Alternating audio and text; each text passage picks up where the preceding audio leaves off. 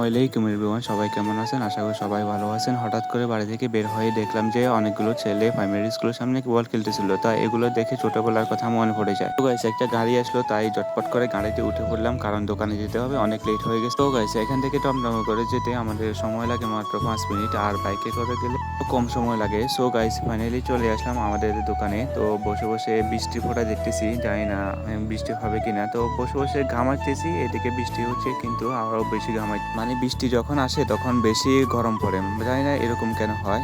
তো দেখতে না দেখতে অনেক জোরে বৃষ্টি চলে আসলো। তো একটু দেখলাম যে কম পরিমাণ বৃষ্টি হচ্ছিল, এখন অনেক পরিমাণ বৃষ্টি হচ্ছিল। তো বৃষ্টি বন্ধ হলো, এদিকে আমি চলে আসলাম সবজি কেনার জন্য। বাড়িতে কোনো সবজি ছিল না, তো সবজি কেনার জন্য চলে আসলাম। এখানে অল্প পরিমাণ সবজি নিলাম, দোকান বন্ধ করে তো বাড়িতে চলে যাচ্ছি সবজিগুলো নিয়ে। এদিকে আম্মু আমার জন্য অপেক্ষা করতেছে, কারণ সবজি রান্না করতে পারতেছিল না। তো টমটমে উঠে গেলাম, কারণ বাড়িতে যেতে হবে, আম্মু সবজি রান্না করতেছিল না। তো তাড়াতাড়ি করে টমটমে উঠে গেলাম। তো এইদিকে বোনে কল দিয়ে বললো যে ভাইয়া পাখির রাদা শেষ হয়ে গেছে, পাখির রাদা নিতে হবে। তো আমি ঝটপট করে পাখির রাদা নিয়ে তাড়াতাড়ি করে আরেকটা টমটমে উঠে গেলাম। আমাদের রাস্তাটা প্রচুর ভাঙা ছিল, এই জন্য একটু বাড়িতে যেতে লেট হয়। প্রচুর পরিমাণ বৃষ্টি হলো, কিন্তু বৃষ্টি হওয়া সত্ত্বেও ঘামাইতেছি গাইজ, দেখেন মানে যে পরিমাণ ঘামাইতেছি কি বলবো আর। তো গাইজ, ফাইনালি চলে আসলাম আমার বাড়িতে। তো আম্মুকে ডাক দিলাম, আর এটা হচ্ছে আমাদের বাড়ির সামনের ঘরটা। কেমন হয়েছে সবাই কমেন্ট করে জানাবেন, আর বাজারগুলো এখানে রাখলাম, আম্মুকে ডাক দিলাম।